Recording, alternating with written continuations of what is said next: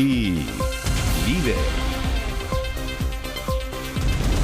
presentan Chilevisión Noticias.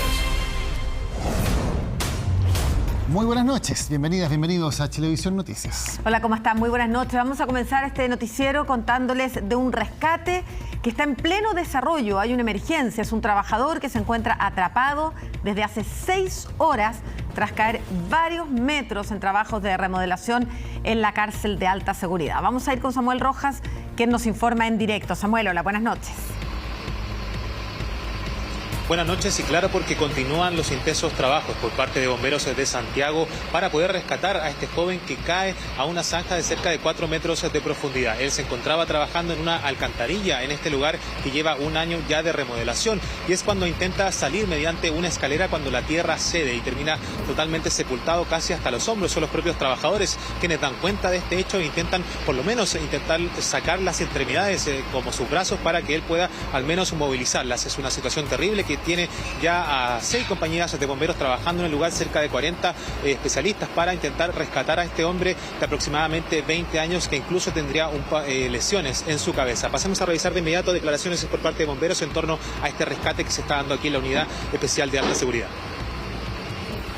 Está con atrapamiento hasta la altura del hombro y se está haciendo un trabajo bastante minucioso y lento para poder efectuar el rescate en forma exitosa. Producto del mismo material hace que se produzcan ciertos deslizamientos de tierra donde está atrapado, por lo tanto es un rescate complejo y largo.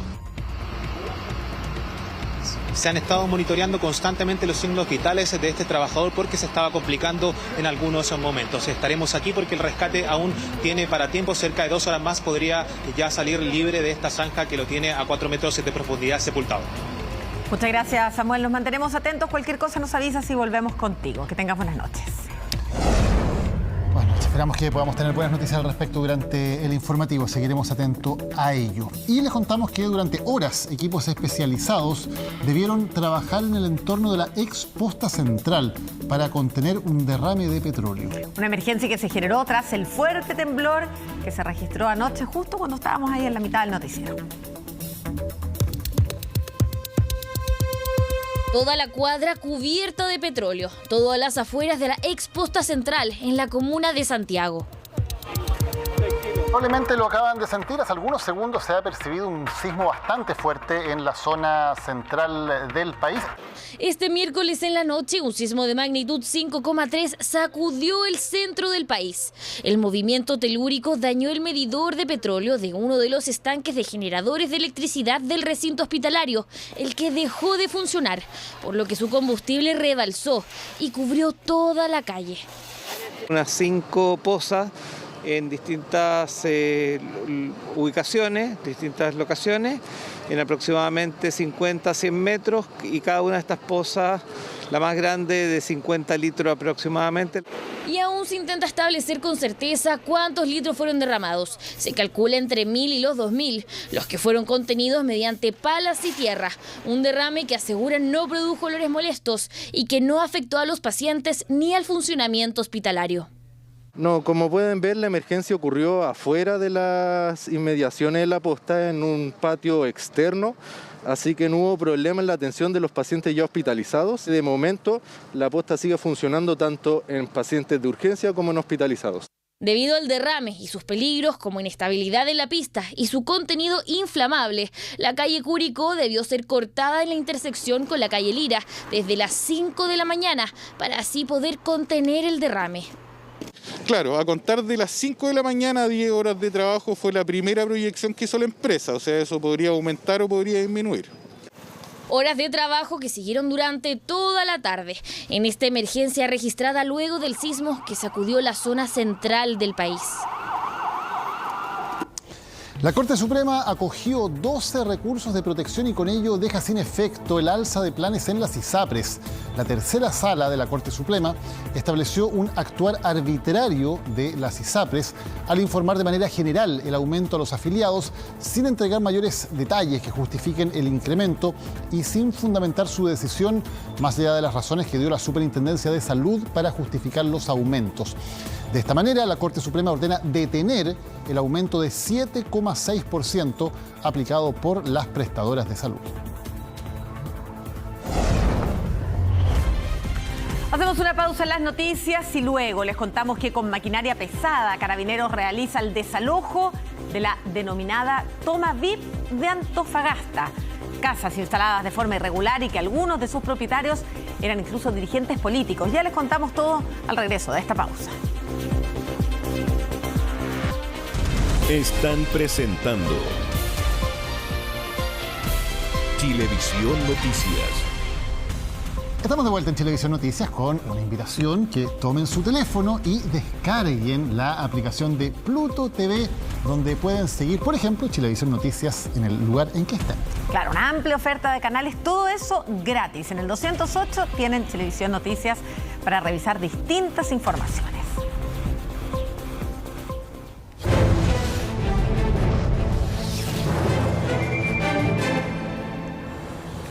Hoy en La Moneda hubo una reunión entre el CERVEL y el Ministerio del Interior, donde se recalcó en la obligatoriedad del voto. Mientras, el Registro Civil lanzó una aplicación que podría ayudar a aquellos que no cuentan con su carnet de identidad antes de esta importante elección. Todo esto, por cierto, cuando ya estamos en plena cuenta regresiva y las campañas también están reforzando su trabajo en terreno.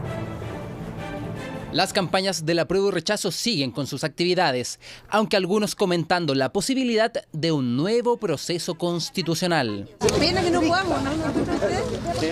Pregunta por una nueva convención, ¿no podemos? No. Este jueves sectores del rechazo lanzaron la campaña Todo Chile Decide, la que busca que las personas se informen sobre la obligatoriedad del voto y el cambio de los locales de votación. Y en la plataforma Todo Chile Decide, ahí encuentran toda la información aparejada a estos temas que son simplemente muy relevantes y que también cambia un poco las reglas del juego de las votaciones anteriores. Instancia que también dio paso para comentar algo que se discute en sectores de oposición durante estas semanas. ¿Qué debería pasar en caso que gane el rechazo el próximo 4 de septiembre? El 5 es el día en que nos tenemos que sentar todos, porque lo que está claro, y eso quedó en el plebiscito de entrada, que Chile necesita y quiere una nueva constitución. Les creo poco. Me cuesta creerles. El camino al rechazo es un salto al vacío. Entonces es difícil creerles. Pónganse de acuerdo. Por su parte, la apruebo este jueves también tuvo actividades. En pleno centro de Santiago lanzaron una página web para denunciar desinformaciones de la propuesta constitucional. Hemos dispuesto esta plataforma Plebiscito sin mentiras, porque las mentiras le hacen mal a la democracia. Queremos hacer un llamado y un emplazamiento a la campaña del rechazo, a que esta sea una campaña limpia, a que no engañemos a las personas. ¿Usted sabe dónde vota ahora el 4 de septiembre? No, todavía no. Sí. ¿Sí? No sé. No sé, sí lo sé. Cambio de local que se suma a la obligatoriedad de ir a votar en esta elección. Pero, ¿qué pasa en caso que no pueda ir? Lo primero es que se expone a multas que van entre los 29.000 hasta los casi 180.000 pesos.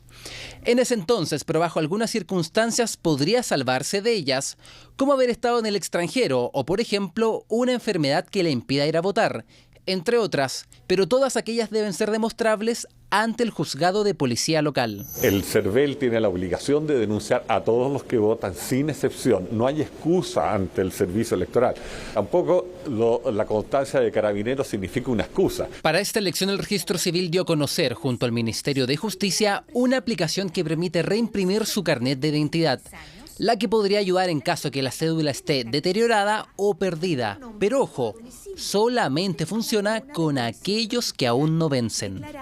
Todas las personas que tenían cédulas vencidas pueden votar con esas cédulas vencidas que vencieron en el primer semestre de este año. La ministra del Interior también entregó detalles de cómo se están preparando para el día de la votación. Como gobierno que estamos trabajando en conjunto con las distintas entidades, en especial con CERVEL, para dar las garantías de que este proceso sea ordenado, tranquilo y en paz. Para eso hemos estado trabajando en los sistemas de transporte, en la operatividad, en el funcionamiento y en los protocolos sanitarios para que esto pueda ocurrir en esa sintonía. Poco más de 2 semanas quedan para el plebiscito, día que se espera marque un récord de votantes.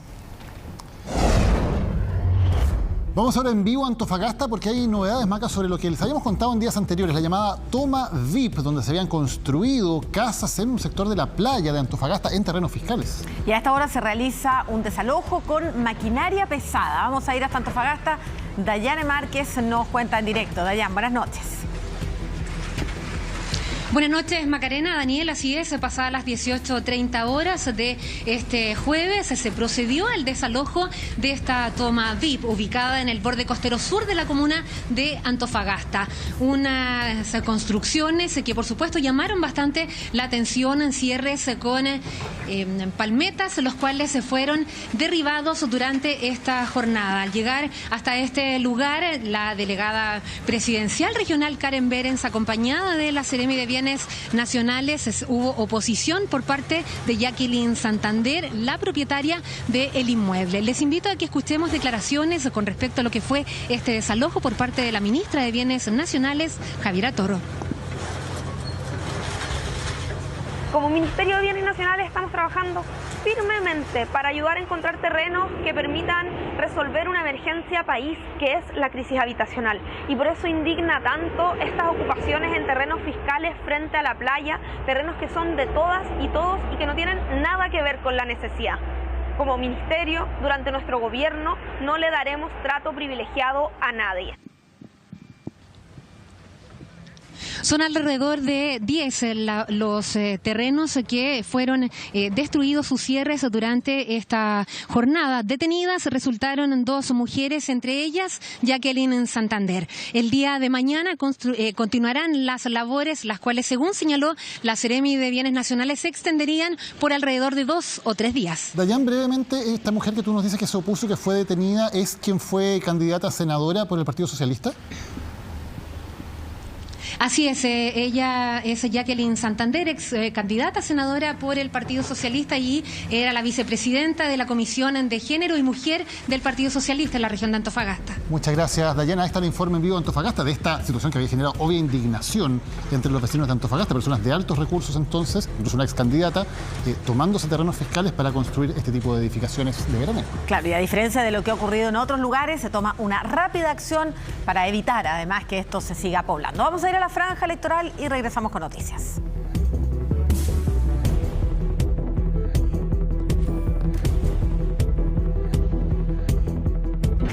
Seguimos con las noticias para hablar de economía, de cómo Chile creció un 5,4% durante el último trimestre respecto al mismo periodo del año pasado, y es una cifra que muestra desaceleración. Claro que sí. Expertos prevén que el crecimiento económico va a seguir disminuyendo durante los próximos meses de este año. En términos sencillos, la desaceleración económica se vería de esta forma. Veníamos de crecimientos mucho más altos, entonces ahí es el término de desaceleración. Crecemos, pero crecemos más lento. El auto sigue avanzando. Así es, porque el Banco Central dio a conocer que durante el segundo trimestre del año, es decir, de abril a junio, nuestro país anotó un crecimiento de un 5,4% respecto al segundo trimestre, pero del año pasado. Ahora, este año, este segundo trimestre, se produjeron un 5,4% más de bienes y servicios de lo que se hizo un año atrás. Según el informe de Cuentas Nacionales, este segundo trimestre el país creció, poco pero creció, en comparación con el segundo trimestre del año pasado, que fue de un 18,9%. Bastante diferencia, dirá usted, pero la cifra del año anterior era un tanto engañadora, porque la comparación con el escenario del 2020 era bien diferente. El año 2020 se produjo muy poco, por lo tanto la vara quedó muy baja. El año 2021, como ya se empezaron a normalizar las cosas, se reactivó la producción de bienes y servicios. Como teníamos la vara muy baja, el salto que se pegó del 2020 hasta el 2021 se notó mucho. En pocas palabras, este es un año donde podemos estar viendo una realidad más normal, entre comillas, porque hay que tener en cuenta ciertas cosas.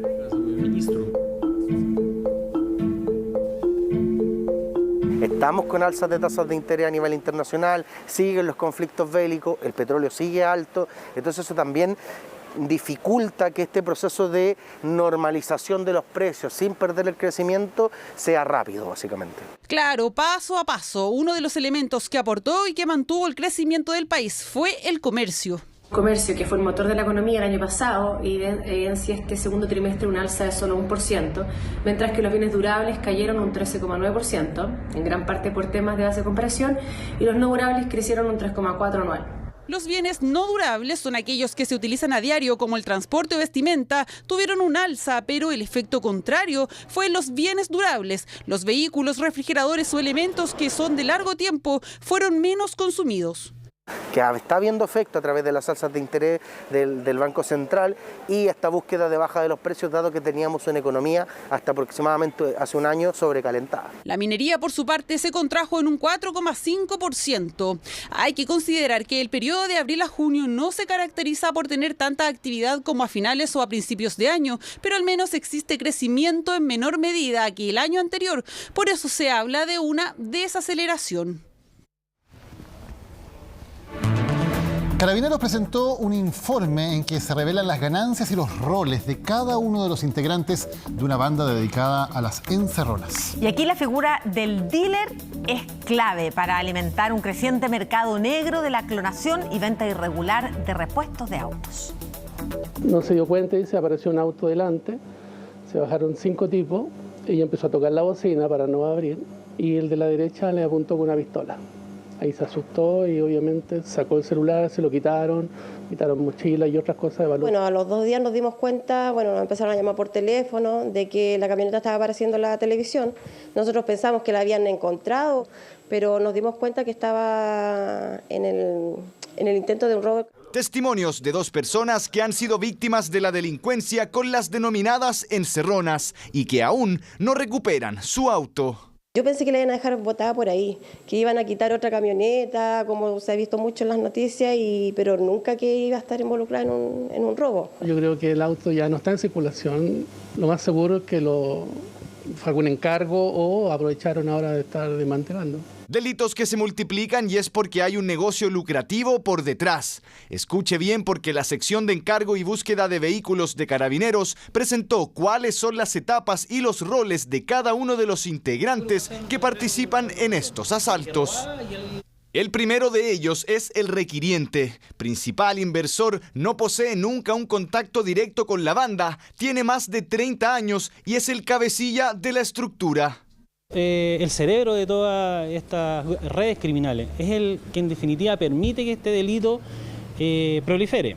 Él también invierte recursos y le entrega, beneficio económico también al resto de las redes criminales. En segundo lugar está el denominado dealer, delincuente con trayectoria, quien sería el autor intelectual y que además contacta a quienes llevan el robo a cabo. Solo él se lleva entre un 15 y un 20% del valor comercial del vehículo robado. En definitiva, el gran coordinador de estas redes criminales, quien tiene una vasta conocimiento del área respecto del robo de vehículos, es quien realiza el encargo a las bandas criminales a las que están operando y que se encargan de efectivamente robar el vehículo. En tercer lugar están quienes llevan a cabo el robo como tal. Son cerca de 5 sujetos, en su mayoría jóvenes o menores de edad, 2 designados como conductores y los otros con una clara función. Nosotros le llamamos los soldados, ¿cierto? Porque finalmente son los que van al choque y realizan la intimidación con las armas de fuego. Y también hay una persona o un sujeto que en definitiva presta la cobertura para que toda la banda, pueda operar. Las ganancias de estos integrantes tampoco son menores. Si el auto robado es un vehículo sedán, su ganancia aproximada es de 300.000 pesos. Si el auto es una sub o una camioneta, podrían ser 500.000 pesos. Y si es un auto de lujo, incluso podrían ganar cerca de 1 millón de pesos. Luego viene el proceso que han denominado como hibernación. En definitiva, estacionados, ya sea en la vía pública o en lugares de acopio establecidos previamente por este dealer o este coordinador, para descartar que tengan GPS, ¿ya? O alguna medida de rastreo satelital. Y finalmente, en la etapa de entrega, es el propio dealer quien se encarga nuevamente de gestionar qué es lo que sucederá con el auto. Si es que lo van a clonar, si es que lo van a vender o simplemente desarmar por partes en el mercado negro. Las llantas son lo primero que se saca y no son baratas, especialmente si es de aluminio o de aleación. Tenemos el alternador que, como va conectado a la correa de distribución, es cortar la correa, sacar un perno y sacaste el alternador.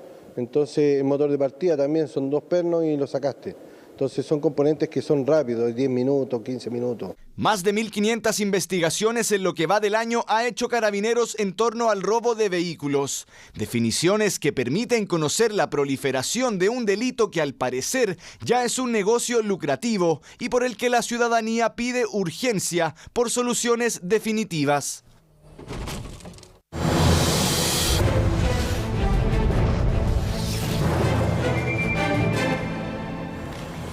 Mañana el presidente Gabriel Boric comenzará su gira a bordo de un tren que lo va a llevar a 3 regiones del centro y sur del país. Un viaje que sufrió ajustes de último minuto en una semana en que el presidente ha tenido menos salidas a terreno.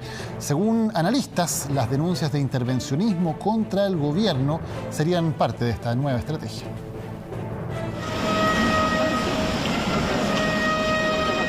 Le pasó al presidente Gabriel Boric esta semana. Notorio fue el contraste con el despliegue y entusiasmo de hace unos días, cuando visitaba, por ejemplo, comunas como La Pintana, Renca, Quinta Normal y Lo Espejo, algunas de ellas en el marco de la campaña Chile Vota Informado. Pero esta semana incluso su anunciada gira en tren por el sur del país, la que comenzaría este jueves, se acortó finalmente y quedó fijada para el viernes y sábado. Efectivamente, hoy estaba programada una visita del presidente Boric a la región de O'Higgins, específicamente a las comunas de Graneros, Coinco y Olivar, a propósito de un viaje en tren potenciando a Ferrocarriles del Estado, pero desgraciadamente esto se suspendió a última hora ayer.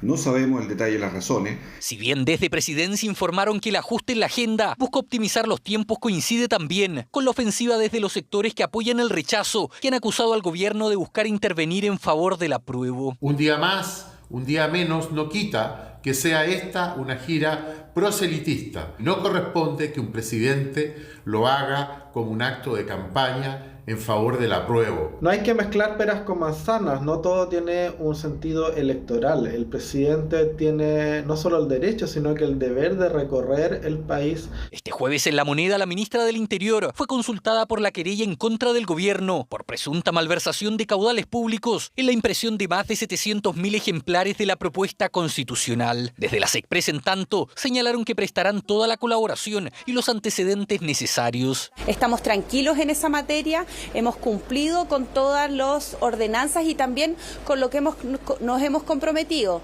informar a la población de forma objetiva.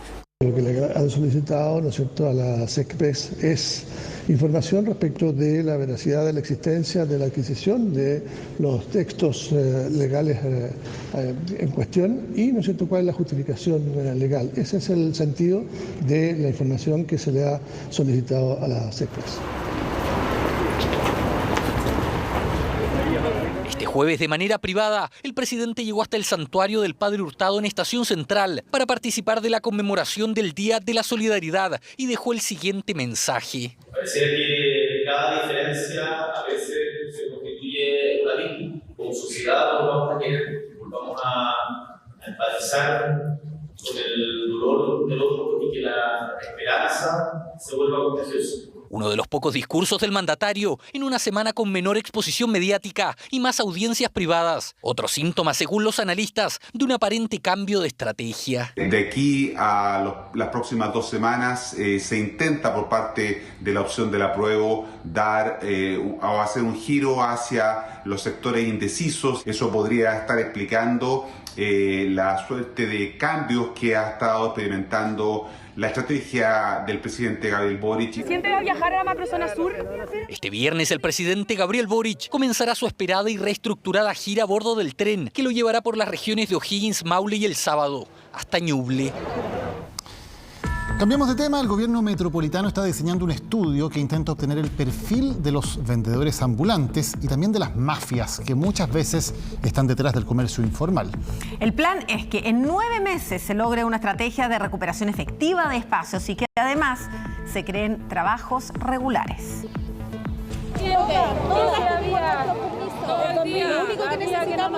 Así, comerciantes ambulantes daban inicio a una nueva manifestación en las independencias de la plaza de Maipú. Continúan exigiendo una reunión con el municipio y la regularización de su actividad laboral. 2 semanas sin trabajar, chiquillos, nosotros vivimos del día. Yo no soy un delincuente, soy un comerciante. Llevo más de 10 años, yo tenía mis permisos previos, pedimos que los regularice. Para poder llevar nuestro sustento a nuestros hogares, somos jefes de familia. Si tú ves acá, la gran mayoría somos mujeres. Durante la semana pasada también se registraron manifestaciones en el mismo sector. En ese entonces, enfrentamientos con carabineros, cortes de tránsito y detenciones marcaron la jornada. Hoy, el alcalde asegura que los vecinos avalan que los hayan sacado del lugar. Nuestras vecinas y vecinos apoyan la medida de recuperación, la que además está siendo complementada con intervenciones urbanas de hermoseamiento y mejoramiento de espacios y también con la realización de actividades deportivas y culturales que permitan volver a convertir a la plaza en un lugar seguro. Trabajadores que para algunas autoridades son víctimas de verdaderas mafias a las que buscan poner fin. Hoy, el gobierno regional y otros actores dieron el puntapié inicial a un estudio que contempla entrevistas y encuestas a los vendedores ambulantes y compradores para llegar a erradicar a las asociaciones ilícitas. A través de este estudio que va a realizar la Universidad Católica, queremos mejorar el diagnóstico de lo que está pasando para ser mucho más eficaces en la intervención. Hay mafias que ganan mucho dinero, uno siempre ve el punto final, que es la pobre señora que está con un pañito en la calle. Pero detrás de ellos, los que proveen esto son en general mafias. Y esas mafias hay que tratarlas como eso, como mafias. El objetivo es obtener un perfil de los comerciantes ambulantes, saber por qué se dedican a este comercio ilegal y su disposición a formalizar su labor, para luego proponer una política pública que integre actores públicos y privados que aborden este creciente fenómeno. Tiene un plazo de 9 meses y una inversión de 107 millones de pesos. Dar una oportunidad para quienes genuinamente quieren trabajar en empleos dignos y bien remunerados, pero no en la calle afectando lo que nos pertenece a todos. Dentro de los 20 puntos críticos a tratar, también está el casco histórico de Santiago, en donde el Paseo Ahumada es el principal sector a intervenir. Incorpora sin duda la revisión del casco histórico, que es un espacio muy importante en nuestro país, que reúne a millones de personas todos los días y por tanto es fundamental que pueda ser parte de este estudio. Yo tengo clientes aquí en el centro que reclaman por el asunto que ellos pagan patente, pagan impuestos, tienen que atenerse a todas las reglamentaciones y la gente en la calle no. Es injusto para el que paga arriendo, para el que tiene patente, el que está legal. Medidas que van en pro de mejorar la situación laboral de quienes están dentro de este controversial rubro y de la comunidad en general y sus espacios públicos. Un hombre denuncia que su madre falleció en una silla de ruedas en la sala de espera del hospital de Buin. Asegura que los funcionarios no le brindaron la atención médica necesaria, pese a que llegó al hospital presentando fuertes dolores en todo su cuerpo. Quiero hacer una funa al hospital de Buin porque este pasado miércoles mi mamá muere por una negligencia médica. Es el video denuncia que Joel Aranda decidió grabar y difundir en sus redes sociales el día en que su madre falleció en una silla de ruedas, esperando atención médica en el Hospital San Luis de Buin, al que llegó derivada de un centro privado por supuestos cálculos en la vesícula. Pasa el momento, 1 hora, 1 hora y media, no la atendían, mi mamá se sentía muy mal. Y salían de la asistencia y ellos decían que no podían atenderla todavía porque estaba lleno adentro, que no era prioridad. Tras aproximadamente 3 horas de espera, la mujer de 62 años comenzó a perder la conciencia. Como presentaba fiebre, su marido cada tanto le colocaba un paño mojado en la cabeza para aliviar su malestar. Mi papá va al baño y moja un pañuelo. Cuando viene de vuelta, mi mamá estaba en la silla de ruedas con la cabeza para atrás. Ya estaba muerta, no había nada que hacer. Salen los enfermeros, sale la doctora que estaba a cargo con una camilla. Mi papá le dicen, ¿por qué corren ahora? Si ahora ya es tarde. El cuerpo de Gertrudis Gárate Pavés fue trasladado hasta el servicio médico legal para realizar una autopsia y determinar la causa de muerte. He acompañado a varias personas para acá y siempre hemos estado horas esperando. Es muy lenta la atención. Y el tiempo de espera es bastante. La gente a veces está de hasta 4, 5, 6 horas o está todo el día. Desde el Hospital San Luis de Buin lamentaron lo ocurrido en la sala de espera. Indicaron que se inició una investigación clínica para determinar si la atención prestada en este caso se realizó de acuerdo a los protocolos establecidos. En su evaluación inicial no se presentaron síntomas de falla cardíaca ni el motivo de consulta aludía a una condición en ese sentido. Sin embargo, mientras esperaba atención, sufre una descompensación y presenta un paro cardiorrespiratorio, diagnóstico, como se mencionó, ajeno al motivo de consulta.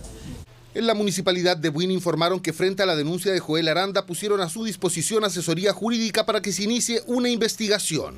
Y obviamente estamos a la espera de que lamentablemente el Consejo de Monumentos nos ha dado la luz verde para el inicio y la construcción del nuevo hospital de Huinipaine, donde deberían atender a más de 240.000 habitantes.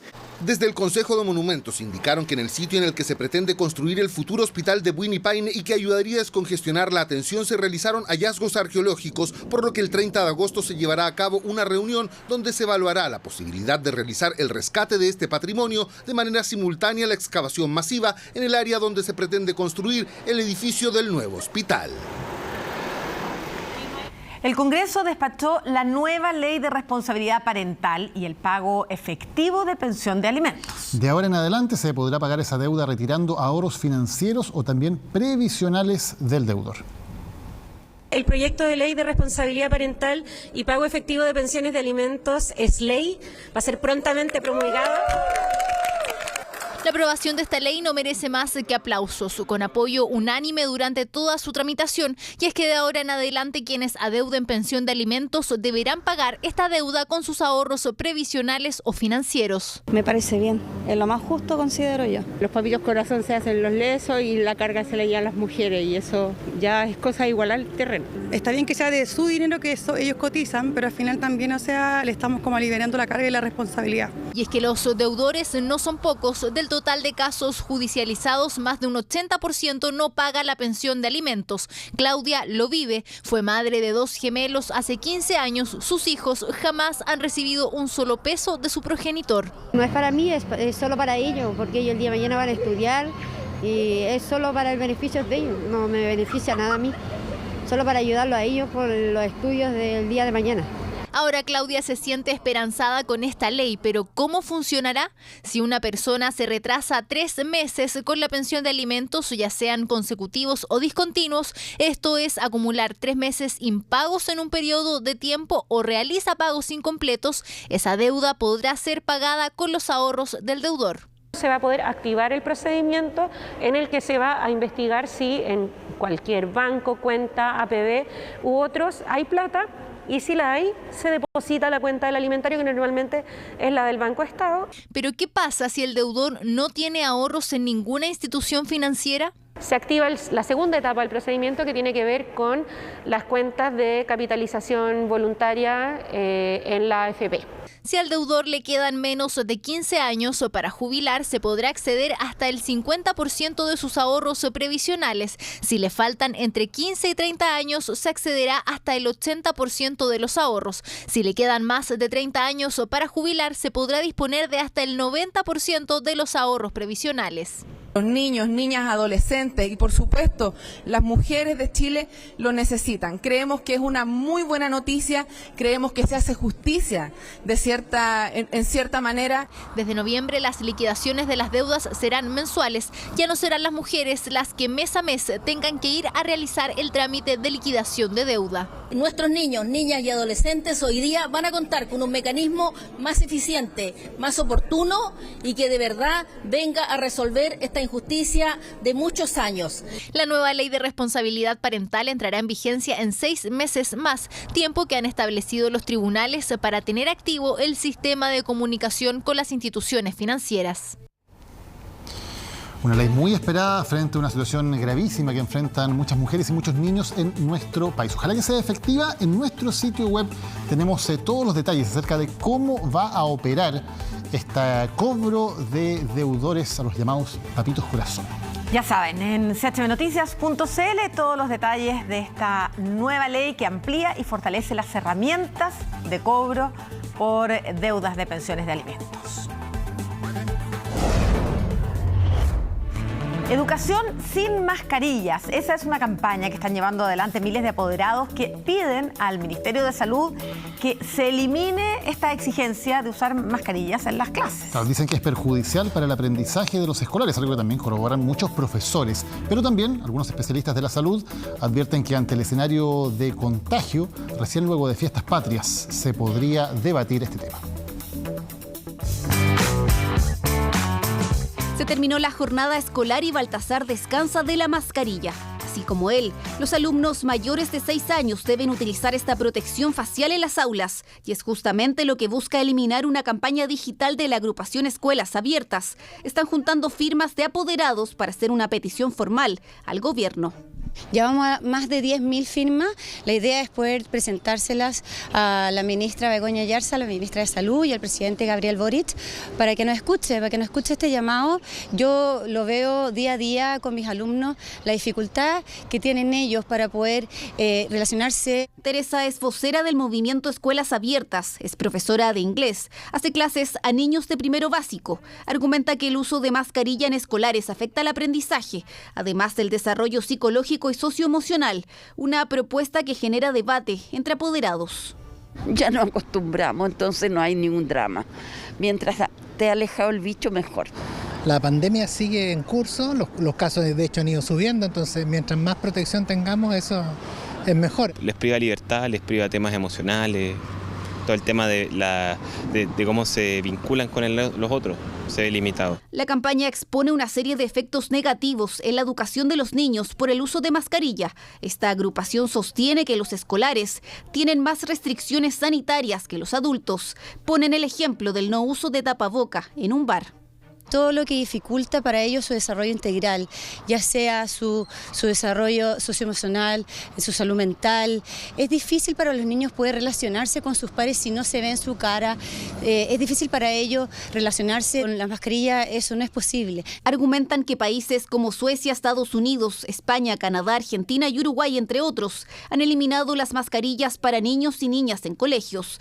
Lo cierto es que desde el punto de vista médico, el uso de esta protección sí ayuda a la prevención. No es al azar, efectivamente la mascarilla siempre ha sido y seguirá siendo un medio eficiente para poder evitar contagios virales y bacterianos. Nos ayuda de todas maneras a poder mantener estas enfermedades más a raya. Desde el Ministerio de Salud dijeron estar abiertos a mantener una conversación con la organización. Sin embargo, advierten que el uso de tapabocas sigue siendo primordial para evitar contagios. Según especialistas, luego de fiestas patrias recién podría comenzar una evaluación de la eliminación de mascarillas. Mientras tanto, Baltasar la seguirá usando.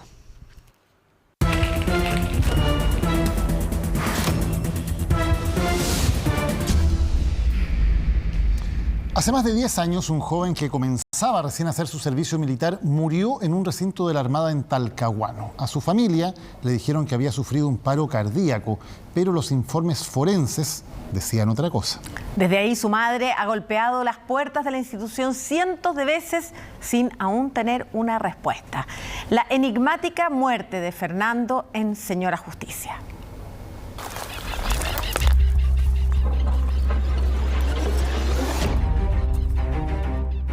Señora Justicia, mi hijo entró lleno de ilusiones a la Armada de Chile. Cuando llevaba una semana me vinieron a avisar que murió, supuestamente en un entrenamiento militar, aunque hay testigos que vieron otras cosas. Y aún, pese al paso de los años, no hemos podido llegar a la verdad.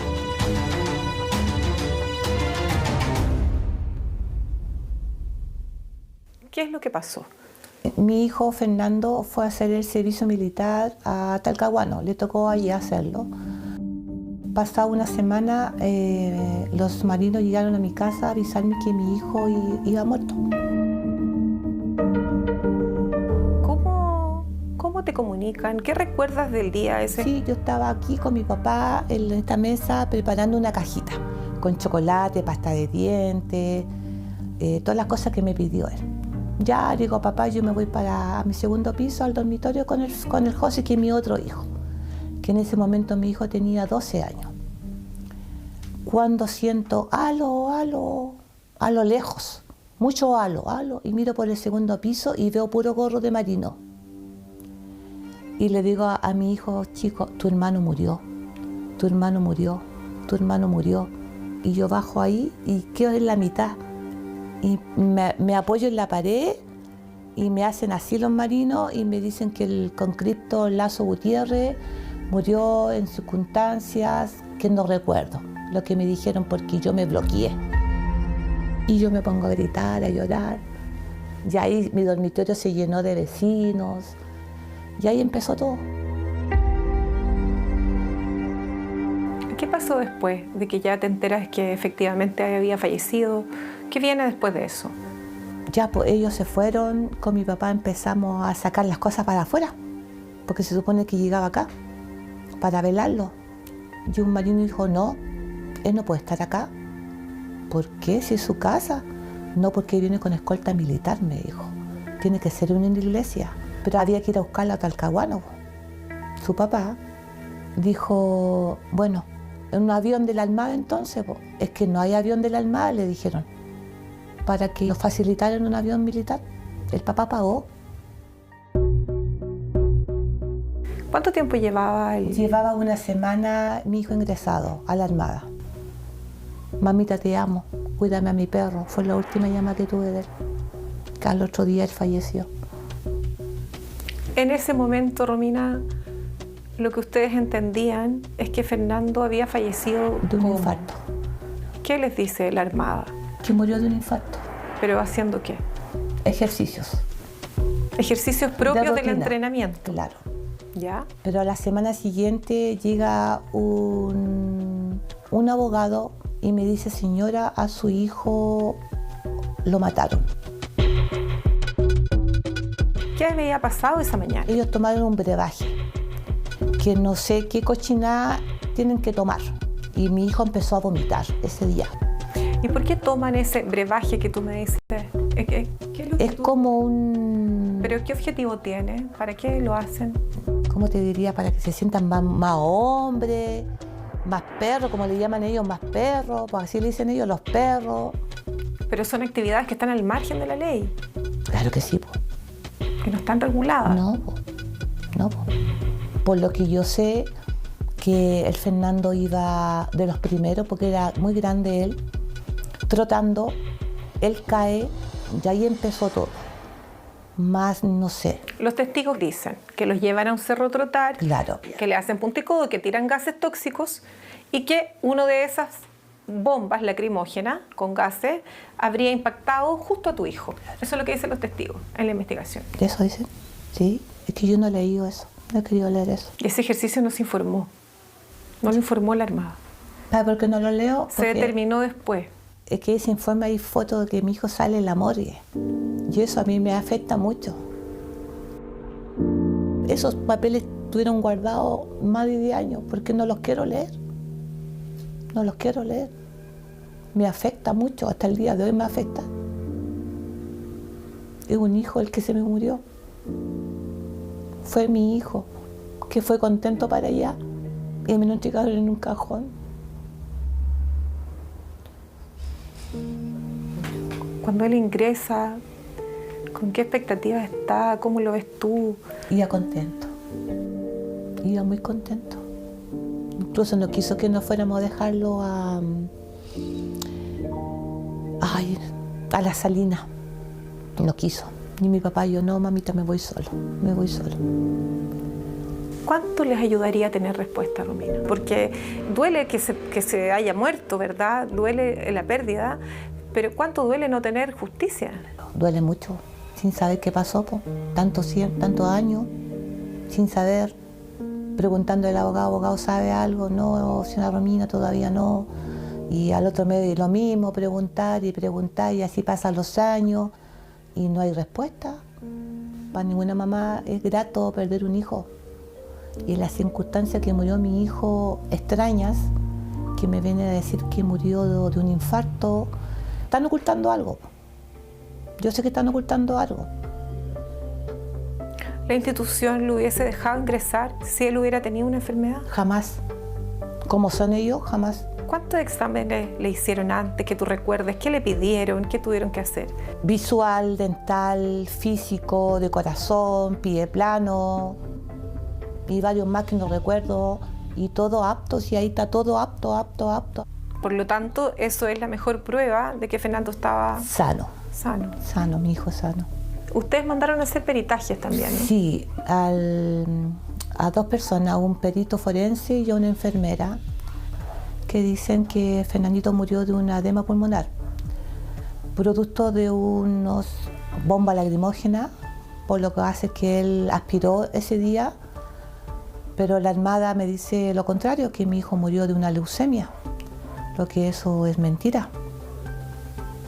¿Tú confiabas, Romina, en la institución antes? Mucho, porque pensé que ahí me lo iban a cuidar. ¿Qué esperaba del paso de tu hijo por que madurara bien? Estaba empecinado en hacer el servicio militar. Tenía sus cosas claras. Le dijimos muchas veces que no lo hiciera. No, hijo, no va. No, papá, sí lo quiero hacer. Partió. Y así llegó, en un cajón. ¿Qué te gustaría que te dijera la Armada hoy día?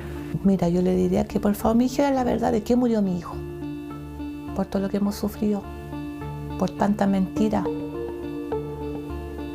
para que pueda descansar tranquilo también. Y esto me duele mucho. No hay día que no lo recuerde, te lo juro por Dios. Tendría 30 años, sería abuela a lo mejor, pero no está. Señora Justicia, la falta de respuesta sigue causando un dolor que no termina.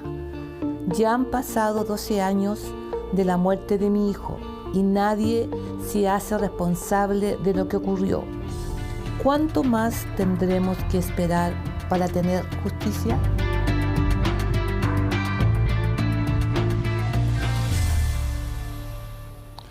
Marta Escalona reporteó este caso y está ahora con nosotros en el estudio. Marta, muy buenas noches. Hola, ¿cómo estás? Buenas noches. En primer lugar, le corresponde a la justicia militar investigar este caso. ¿Qué es lo que hace la justicia militar y qué pasa luego con la Armada, que evidentemente tiene un rol muy crucial en términos de tener la información acerca de lo que ocurrió? Hay 2 investigaciones. La primera de la justicia militar, que se cierra por sobreseimiento en el año 2012, es decir, poco más de un año después de la muerte de Fernando Lasso, que tenía 18 años y que llevaba una semana de entrenamiento como conscripto en la base naval de la Armada en Talcahuano.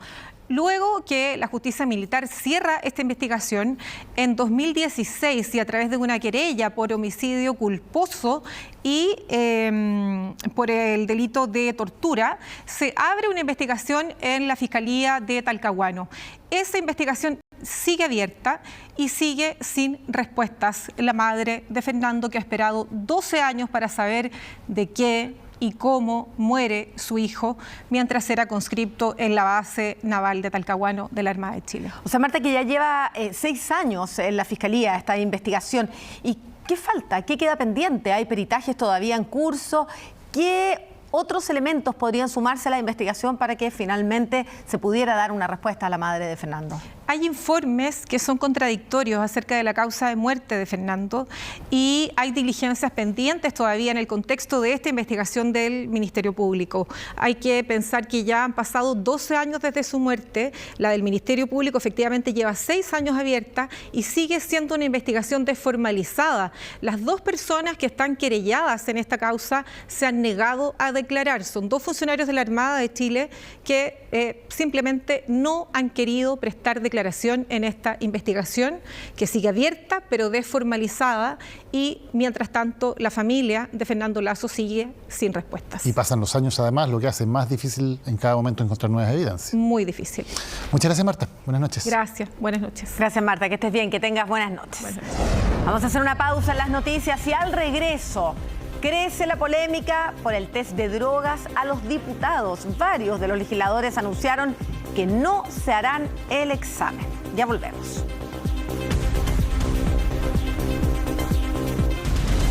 Están presentando Chilevisión Noticias. Ya estamos de vuelta en Chilevisión Noticias. Desde el próximo lunes, el Laboratorio Antidoping de la Universidad de Chile tiene que recibir a los primeros 78 diputadas y diputadas que, por reglamento, deben concurrir allí para hacerse el test de drogas. Hay algunos que ya han salido al paso a transparentar consumo médico o recreativo y hay otros que todavía están dudando si hacerse o no el examen. Anfetaminas, metanfetaminas, éxtasis, cocaína, LSD, otras tantas más y por supuesto marihuana. Todas esas drogas pueden ser detectadas con el test de pelo que será aplicado a los diputados. Situación que a días de que empiecen los testeos ha obligado a algunos parlamentarios a transparentar el consumo de cannabis. He reconocido públicamente el consumo de cannabis, el cual, según informes médicos, no remite ningún efecto significativo sobre mi salud tanto mental como física. Esto es un hecho que he aclarado públicamente. En Chile somos más de 5 millones de personas las usuarias de cannabis y el país, por toda la situación que estamos pasando, merece que demos un debate con altura de mira. Desde el próximo lunes, los primeros 78 diputados deberán asistir al laboratorio antidoping de la Universidad de Chile para la recolección de sus muestras. Hago un llamado a los colegas parlamentarios que no quieren hacerse el examen de droga a que entiendan que nosotros no podemos ser privilegiados y tenemos la misma obligación que pilotos, carabineros, conductores, que también están expuestos a lo mismo. Eso porque un grupo de parlamentarios oficialistas aún duda en someterse al test de pelo. Quiero precisar que la opción de no realizarme el examen es algo que aún estoy evaluando. Y no por el resultado del examen, porque no soy consumidora habitual de ningún tipo de drogas, sino porque no estoy de acuerdo con el procedimiento con que ello se ha llevado a cabo. Aquí no complican los resultados, no ese es el punto, y por eso nadie ha dicho no queremos que nos hagan ningún examen. Complica este reglamento en particular y la forma poco transparente, sin cuidar la privacidad en que se está implementando. De la piel hacia adentro es mi exclusiva soberanía, mi exclusivo territorio. Cuestionan las formas y las consecuencias que, dicen, podría traer la publicación de los resultados. También denuncian la poca claridad del reglamento sobre las sanciones que arriesgan. Es que todo eso será la Comisión de Ética del Parlamento la que deberá definirlo. No tenemos claro qué pasa con el que se opone a hacerse el test, no tenemos claro qué pasa con el que sale positivo y no tiene resguardo médico. No tenemos esas claridades tampoco. Y eso es parte de la preocupación que tenemos en este minuto. Entonces, esto es lo que me vuelve a reafirmar mi teoría de que esto obedece a un punto populista político de querer afectar a ciertas bancadas. Preguntamos a expertos en derecho comparado sobre la experiencia de estos procedimientos en sistemas políticos de otros países. El Parlamento chileno estableció por reglamento la obligatoriedad de este test en los diputados. Ha habido otros proyectos, por ejemplo en Italia, en España, que no han prosperado. Es difícil encontrar estados donde se les hagan obligatoriamente test de droga parlamentarios. Un ejemplo son las Islas Barbados. Pero tampoco está tan claro cuál es la sanción y cuál es el procedimiento y se mantiene cierta reserva de los resultados. Este mismo abogado advierte posibles inconstitucionalidades en la aplicación del reglamento, aunque asegura que son interpretaciones. Podría eventualmente haber problemas incluso de constitucionalidad si se hacen públicos los resultados, porque yo tengo derecho a que los resultados de un examen médico sean privados y confidenciales. Yo creo que no habría un problema de constitucionalidad al hecho de solo exigir el test de drogas, porque así se hace respecto de otros funcionarios públicos como jueces y fiscales. La próxima semana, cuando por obligatoriedad deban asistir al laboratorio, veremos recién qué diputados se restaron definitivamente de ello, y con eso se conocerá también posiblemente cómo la Comisión de Ética de la Cámara lo sancionará. A través de un video, Mario Kreuzberger confirmó que dará un paso al costado de la Teletón después de ser el rostro emblema de esta campaña durante 43 años. Dice que va a seguir ligado a esta obra, pero detrás de cámaras. ¿Quién va a asumir ahora el desafío de conducir el programa de televisión? Los organizadores ya tienen un plan para este 2022. ¿Quieres salir al medio? Venga, que si es su última Teletón, póngase al medio. Ni Julio César lo creía, porque ya habían sido varias las ocasiones donde don Francisco había anunciado su retiro de la Teletón, pero el año pasado fue enfático en afirmar que la del 2021 sería sí o sí la última cruzada solidaria que lideraría, algo que se confirmó este jueves. Creo que ha llegado el momento de dar un paso al costado. Camino a cumplir los 82 años de vida. Me parece responsable y necesario. No voy a liderar la campaña, pero siempre voy a estar. Y mientras las fuerzas me lo permitan, seguiré colaborando con Teletón donde y cuando me necesiten. La rehabilitación es la palabra que significa futuro y vida. Fue el 8 de diciembre del 78 cuando don Francisco lideró la primera Teletón en Chile. La idea surgió después de ver la versión norteamericana. Desde entonces ha sido él la figura central por 43 años de una obra que ha rehabilitado a 100.000 pacientes en su historia. ¿Qué debería ocurrir ahora? ¿Hay algún animador que pueda reemplazarlo en el programa de televisión? La figura de don Francisco es irreemplazable por sí sola. Ninguno de nosotros tiene hoy día ni la capacidad ni la fortaleza que él la ha tenido. Probablemente todos tenemos la voluntad y todos tenemos el compromiso, pero creo que buscar un reemplazante es perder tiempo. Al parecer, el formato que tomaría fuerza con miras al programa de este año es armar un team de diversos animadores que vayan rotándose durante la transmisión sin un liderazgo absoluto de ninguno de ellos. Efectivamente no es una persona, son varios, es un grupo de animadores y conductores que toman este liderazgo y estas tareas, insisto, diversas tareas que se están entregando según afinidad. Un rico brazo de reina quizás. Y me sorprendió al final que él me tenía que dar un beso y ahí que no se hizo todo el cucho cuando tengo que contarles que en el ensayo general me dio él el beso. El tiempo pasa. Uno de los nombres que ha sonado con fuerza es el de Cecilia Boloco. La ex Miss Universo ha sido parte de la Teletón incluso cuando ha estado fuera de la televisión. Ante la opción de ser el rostro central de la cruzada, no tiene complicaciones. Dejemos que la historia se escriba sola. Uno simplemente tiene que hacer lo mejor que puede. Teletón que este año se vivirá el 4 y 5 de noviembre, un mes antes de lo normal debido al Mundial de Qatar que se juega en diciembre. Maite y la Vaca, de 8 años, es la embajadora 2022. Me subí al escenario, estuve con Luis Jara, era el nombre. Estaba un poco nerviosa cuando iba a entrar, pero después ya se te quita.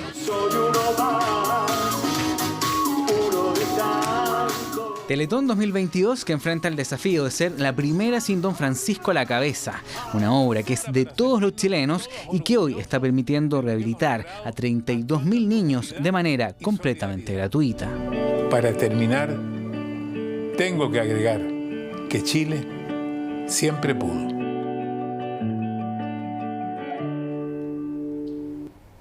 Ahí, para que nos acordemos de esa fecha, 4 y 5 de noviembre, que va a ser la Teletón. Vamos a seguir con otras noticias para contarles que después del sistema frontal que revisamos en el día de ayer provocó este deslizamiento de tierra y caída de árboles camino a Chiguayante, hoy el alcalde de la comuna, Antonio Rivas, emplazó al gobierno y a la ONEMI en duros términos. El jefe comunal asegura que en la emergencia hubo nula labor del gobierno y de sus órganos públicos a cargo de este tipo de emergencias. Recalcó su preocupación por las próximas lluvias que podrían volver a provocar nuevos desprendimientos de este cerro, por lo que hace un llamado urgente a tener un plan de contingencia. Seguimos esperando determinaciones para poder precisar dónde y cuándo, ¿no es cierto?, vamos a resolver el problema. Mire, la ONEMI no tiene ni recursos, ni tiene ni director, ni tiene personal que haya enfrentado esto. No hemos tenido gobierno tampoco en estos casi 48 horas en donde la municipalidad ha resuelto esta crisis, cuestión que no le corresponde, ¿no?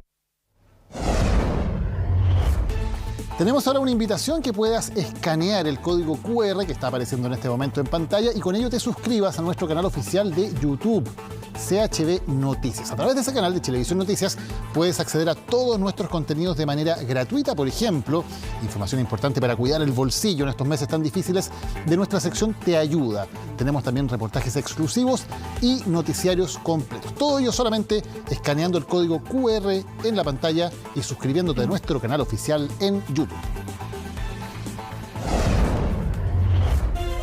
Comenzó oficialmente la campaña presidencial en Brasil y comenzaron también las polémicas, o siguieron las polémicas a cargo de Jair Bolsonaro. Carlos Greitz, buenas noches. Buenas noches. Todo hace prever que es solo el comienzo. Esta es la imagen de Jair Bolsonaro, quien intentó quitarle un teléfono celular a un youtuber que estaba ahí. Ustedes lo ven ahí con la camiseta rojo y negro.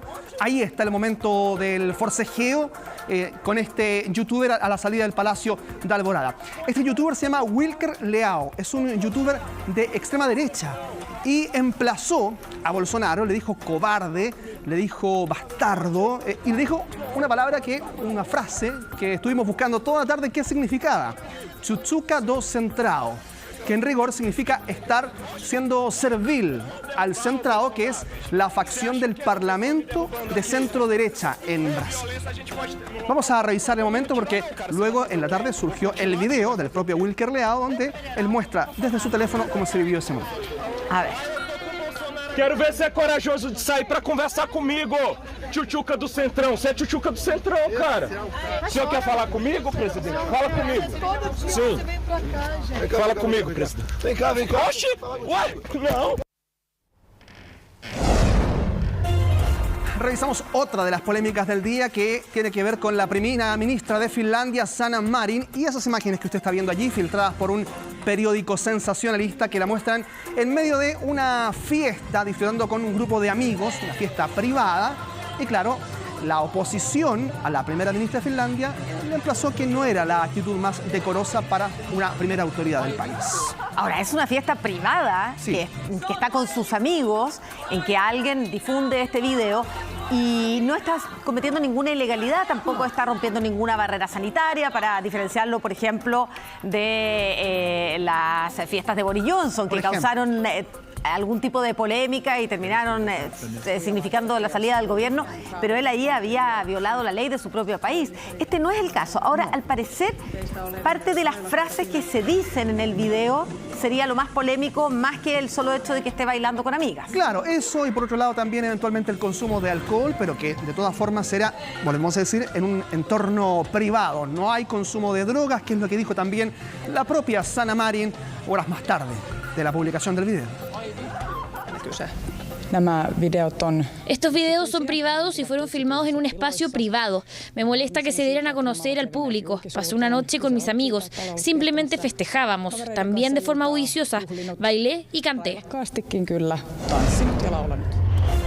Mientras tanto, en Francia, las lluvias no dan tregua. 5 personas murieron y 12 heridos en la isla de Córcega, en el sur de Francia. Los vientos de 224 kilómetros por hora marcaron también la jornada. Y miren ustedes allí, son por centenares los rayos que caen sobre distintos lugares allí en el sur de Francia. Alerta naranja en ese lugar también debido a la emergencia.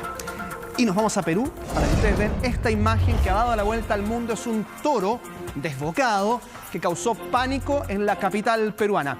Iba a bordo de un camión que lo trasladaba al matadero, decidió que claramente no era una buena ruta y por eso es que escapó. Claro, aquí viene el tema también del traslado, del trato animal, que es muy delicado. Hay todavía en Perú corridas de toros, que también es de absoluto cuestionable. Bueno, ahí está. Hirió a una persona que estaba en un lugar vendiendo comida y también destruyó todo a su paso, tal como lo muestra este registro allí en Perú. Pobre toro, ojalá le hayan perdonado la vida. Eso sería el ideal, pero... Después de haber mostrado ahí toda su fuerza, evitando llegar al matadero. El líder, no te lo pierdas, líder. Chilevisión Noticias llegó a Pluto TV, las 24 horas y gratis. Y el debate de Chile, jueves a continuación de Doctor Milagro. Están presentando Chilevisión Noticias.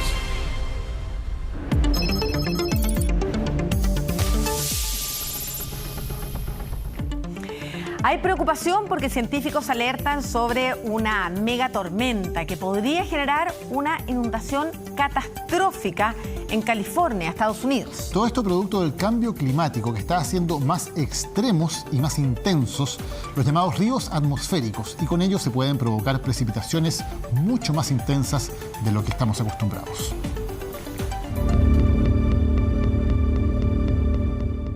Y si todas estas escenas y fenómenos fueran suaves en comparación a una futura mega tormenta. Así es como hoy conocemos las precipitaciones.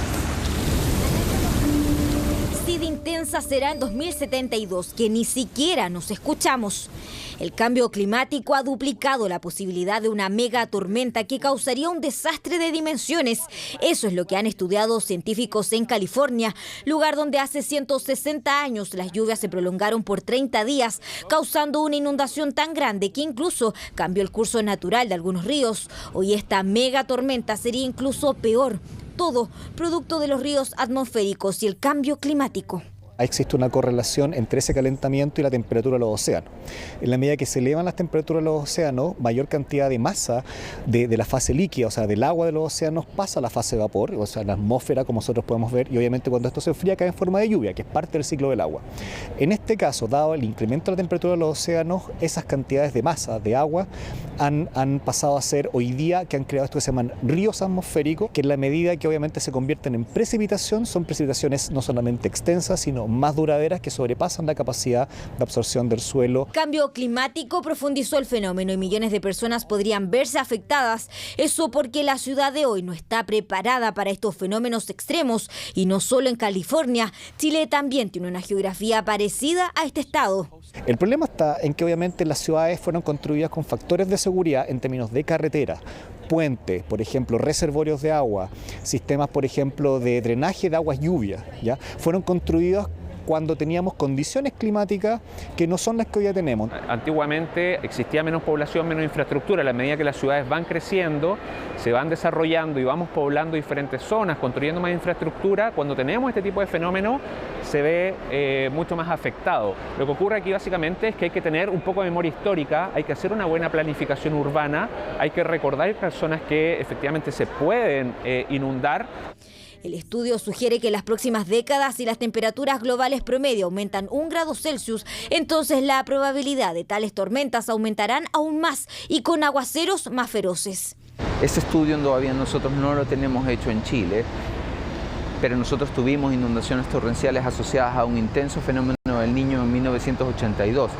¿Pueden repetirse ese tipo de inundaciones? No lo sabemos, es materia de estudio. De que está cambiando el clima, eso es evidente, y este estudio sugiere disminuir las emisiones futuras. Así también podremos reducir el riesgo de fenómenos extremos. Los invitamos a visitar nuestro sitio web para la siguiente información que es muy útil. Solamente con el RUT pueden saber cómo postular a los cursos online gratuitos que está ofreciendo Sense a mujeres. Claro, Mujer Futuro, así se llama este programa, que el Servicio Nacional de Capacitación y Empleo, el CENSE, mantiene activo para que más mujeres se capaciten en el mundo digital. Si les interesó, pueden visitar chbnoticias.cl, ahí está toda la información.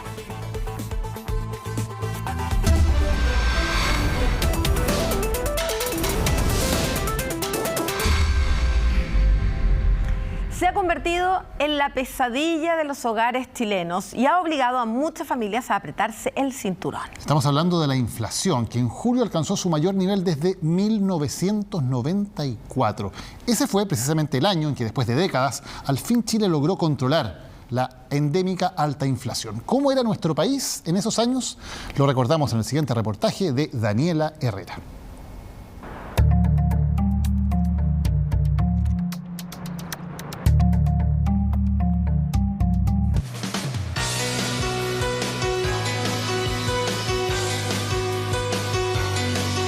Lo que observamos desde bien lejos es el Chile de 1994.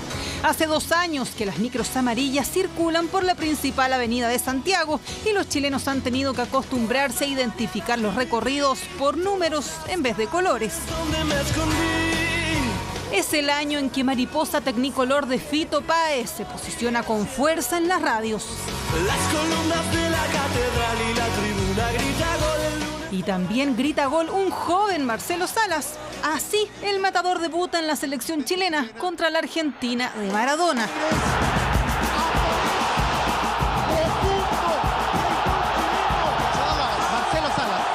Sí, el mismo que ese 1994 lleva a la Universidad de Chile a conseguir el título. La U vuelve a ser campeón tras 25 años de sequía.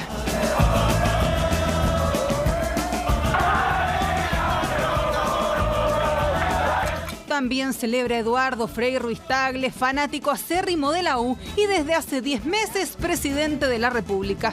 Sí, también es el año en que Patricio Aylwin traspasa la banda presidencial a otro demócrata cristiano. La economía del país consolida su estabilización y las pantallas del Paseo Ahumada muestran estos indicadores.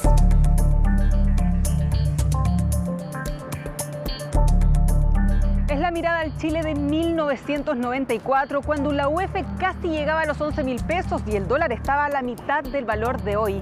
El año en que por última vez Chile registró inflación de 2 dígitos. Nunca más la hubo hasta ahora.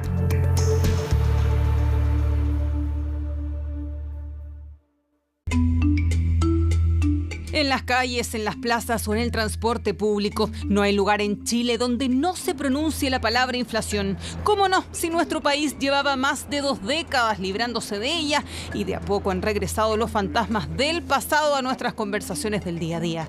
A charlas como las de 2 amigas que se reencuentran en la calle Morande. Uno como dueña de casa sabe economizar. Llevas tu cuenta del mes. Yo soy una persona muy buena para ahorrar, pero ahora no hay capacidad de ahorro. Lamentablemente no se puede.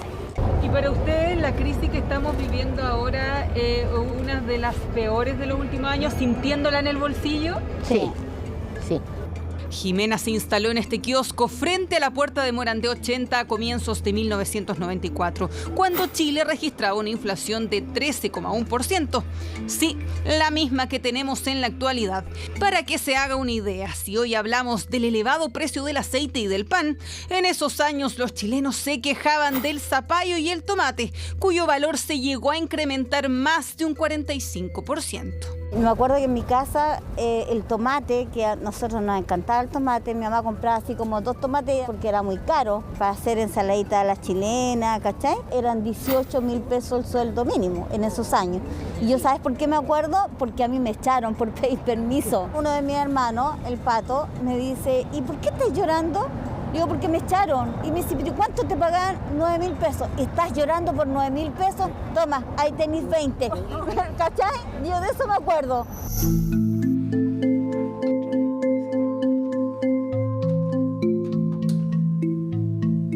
Pero eran tiempos absolutamente distintos. Si este 2022 la noticia es que el costo de la vida se elevó a niveles no vistos en 28 años, los noticieros de esa época contaban otra historia.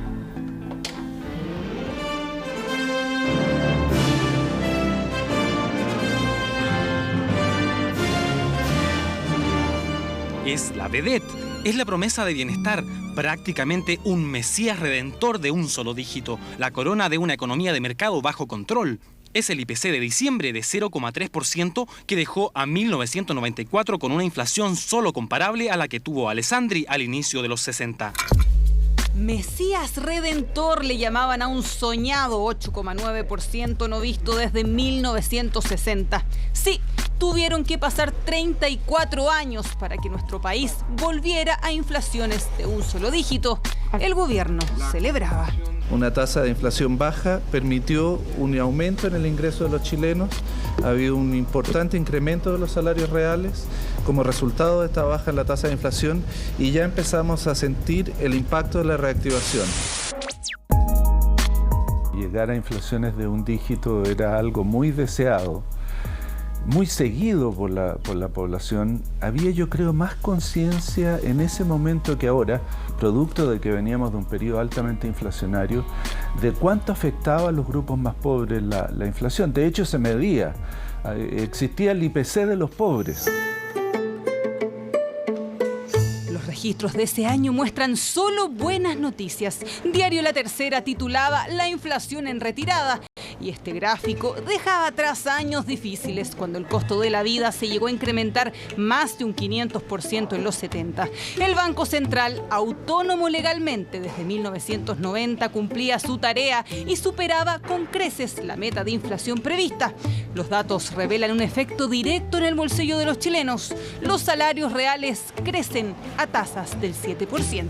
Es difícil transmitir las experiencias personales. El que no ha estado nunca en un terremoto se lo podrán contar, pero nunca lo va a sentir. Y lo mismo pasa con la inflación. Podremos decir fue difícil, pero nadie que no la haya vivido va a realmente sentir su impacto. Hoy día estamos viviéndolo con una inflación bastante alta para nuestros estándares de los últimos años, pero bajísima comparado con lo que vivíamos en los 80, principios de los 90 y varias décadas antes de eso también. Juana Matamala tiene 68 años y sí que sabe de crisis inflacionarias en Chile. Desde los 20 años trabaja haciendo estas masas. Los calzones rotos, las sopaipillas y las empanadas son su especialidad. En una mañana podría fácilmente preparar 70. Y es que hay que trabajar más para aumentar los ingresos del hogar.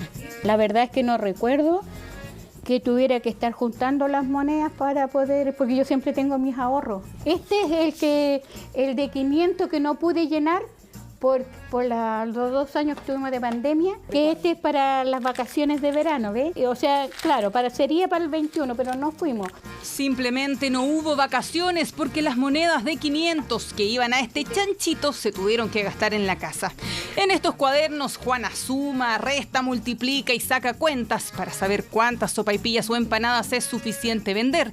Con ese dinero no solo comprará nuevamente insumos, también pagará la cuenta de la luz y los cilindros de gas. Mira, esto es 2016. Aceite vegetal. Ah, ese es de 5 litros. ¿A 5 litros? 5 litros. ¿Y 5.179? Sí, ahí en ese tiempo salían a 70 pesos los calzones rotos, mire. 40 sopaipillas a 70 pesos también. Mira lo que encontré aquí. Bien. ¿Y eso? Si puedo confiar en el Señor que me va a ayudar. Yo igual confío en el Señor que me va a ayudar. A lo mejor hoy día me faltaba el pan en la mañana, pero en la tarde estaba de sobra. Ahí está mi fortaleza. La inflación poco a poco va a ir aflojando. Mi principal preocupación económica mirando el futuro es el empleo y los salarios. Si la economía no vuelve a crecer, no vamos a recuperar el empleo y los salarios, y eso sí que le pega a todos los chilenos y chilenas. La experiencia ya la vivimos, las cifras también. Desafíos hay muchos, pero por el momento, algo de paciencia y a pasar el chaparrón de la inflación. Como dicen por ahí, no hay mal que dure 100 años.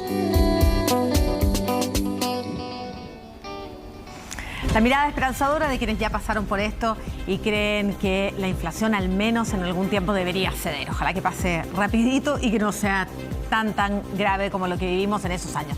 Estamos terminando las noticias. Gracias por informarse con nosotros, pero quédense porque después de Doctor Milagro volvemos. Claro, tenemos un nuevo capítulo de El Debate de Chile. Vamos a estar hablando del sistema político y también de las pensiones. ¿Qué pasaría con un proyecto de nueva constitución o si sigue vigente el actual? Ese debate lo tenemos en un ratito más. Ya, pues nos vemos. Buenas noches.